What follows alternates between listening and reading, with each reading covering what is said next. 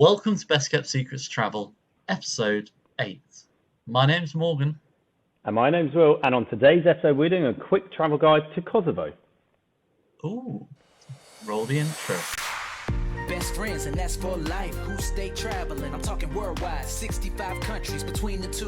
Every moment is so unbelievable. Sharing the best kept secrets about the trips and mistakes they made that they can't forget. So tell me if you're ready for a time to remember as they gear up for the next adventure. Yeah. Woo! Best kept secrets travel. Kosovo is a small country located in southeastern Europe.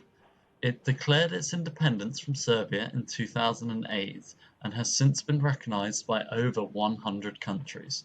Although it's a relatively new country, Kosovo is the home to a number of interesting sites and attractions.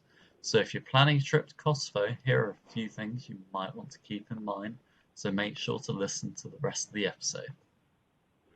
First of all, Kosovo is a Muslim-majority country, so be sure to dress and act modestly whilst you're there. Kosovo is home to a number of beautiful mosques and monasteries, so be sure to visit some of these whilst you're there. The city of Pristina, which is the capital of Kosovo, is worth visiting for its lively nightlife and trendy restaurants. Kosovo has a rich history that dates back to the Middle Ages. Be sure to learn about this history whilst you're there, as it will be better understand the country and its people. Kosovo has the youngest population in Europe, with over half of its citizens being under 25. Don't you always love your random facts? I love the facts, Morgan. And also the best kept secret, which is the most important thing to us, is Kosovo's history. The country is full of beautiful mosaics, mosques, monasteries, and in the city of Pristina is a great place to explore the nightlife and restaurants. Kosovo has a rich history that dates back to the Middle Ages, so be sure to learn about it whilst you're there. The best time to visit Kosovo is during the spring or summer months. The weather is warm and pleasant during these months, and there are a number of festivals and events that take place during this time. If you're looking for a more quiet and relaxing visit, the fall or winter months are a better choice. Well, the currency in Kosovo is quite simply the euro, so it means that whilst you're traveling across Europe, it's so easy to get there and to spend the same money without having to lose out and have all that painful transactional costs. The official language of Kosovo is Albanian, however, English is widely spoken in the country and you shouldn't have any trouble communicating with locals if you don't know Albanian. Well, Morgan, you're not going to have any trouble after taking part in this episode. And for those listeners out there, you're also not going to struggle because I'm going to get Morgan to learn some following phrases because Albanian is Morgan's favorite language in the world. So how do you say hello, Morgan? Tungjajeta. Thank you. Tungjatjeta. I wasn't thanking you for saying that, Morgan. I was asking you to explain thank you. Faleminderit. And how do you say I don't speak Albanian? I don't speak Albanian. That is correct. Yes. How do you say I don't speak Albanian in Albanian? Une nuk flash sheep. But I mean that is a terrible phrase to use because would you not just say it in English?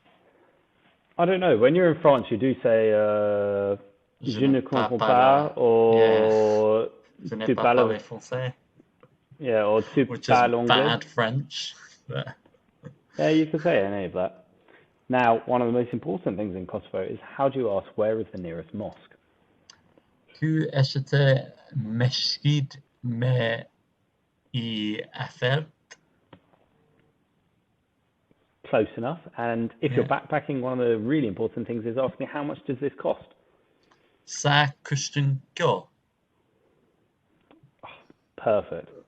Absolutely perfect, Morgan. That was just, it was like you've grown up in Kosovo your whole life. Exactly. And if, like, Will says you feel like you've grown up in Kosovo your whole life.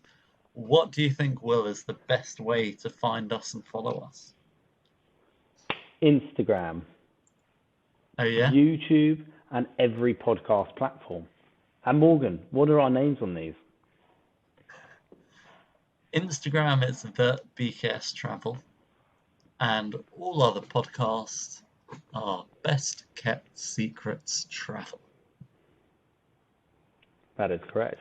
The best airport to visit Kosovo in Pristina is Pristina International Airport.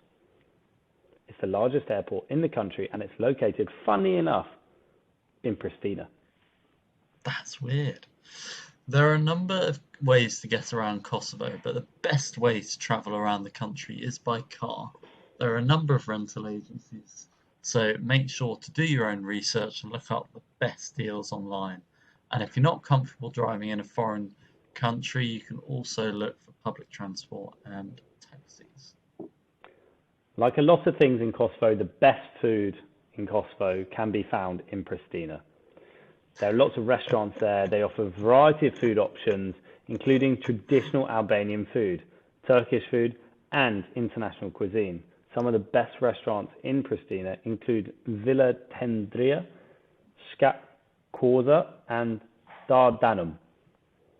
So while in Kosovo, and this is as Kosovo is becoming a more potentially, I'm not really sure, maybe more liberal. You should also try some of the traditional drinks. Raki is the most popular drink in Kosovo, which is alcohol and it's made from distilled drinks, grapes or fruit. Other popular drinks in Kosovo include coffee, tea, and fruit juices. And just like that, there are a number of things to do in Kosovo, whether you're interested in exploring the country's history and culture or its natural beauty. Some of the activities in Kosovo include its mosques, monasteries, exploring the city of Pristina, hiking in the mountains, and rafting down the river Ibar. Now, if that hasn't got you excited about drinking raki in Albania, in Kosovo, we've been talking a lot about Albania in this episode, and it is very close. It is probably the easiest way to get to Kosovo is from Albania, which makes sense why there's lots of Albanian influences here. We hope you've enjoyed this episode. And can you tell us about trees, Will? Trees, trees, trees. Plant more trees, please. So with every 100 subscribers on YouTube, we plant a tree in a National Trust site across the UK. And for every 50 downloads on every podcast platform, we also plant a tree somewhere around the world. We've planted trees in over 40 countries and locations around the world so far, including mangroves across Africa. We've also planted trees in Tanzania, Zambia, Kenya, Namibia. We planted trees in South America, in Colombia, the Amazon rainforest, other parts of Brazil, Bolivia, Peru. All over Europe, we've implanted trees in parts of North America, New Zealand, Australia, and parts of Asia. So quite a few so far. And if you've got to this point in the episode, you've told us that you've planted trees in lots of places, but you haven't actually told us why. Because it helps. We want to keep trying to plant as many trees as possible, and that is only done by you guys listening and making sure that you share this podcast with family, friends, enemies, uncles, brothers, enemies once again. And may I repeat the word enemies? Send this podcast to your enemies so that they can actually learn something, and it might make them your friend instead of your enemy. You know, that makes complete logical sense. And if you got to this point in the episode, there is absolutely no reason why you shouldn't be encouraging people to listen to this podcast, and so we can plant a lot more trees. I nearly said words that I shouldn't there. So I think it is time to roll the outro. Yeah, let's make it happen. I hope that you can handle going on adventures, best kept secret travels. Yeah, all over the globe, having fun, you know the deal. Amazing secret locations, hang out with Morgan and Will. Educate and entertain, haggle in the market, sharing their experience. It's time to get it started. Let's go.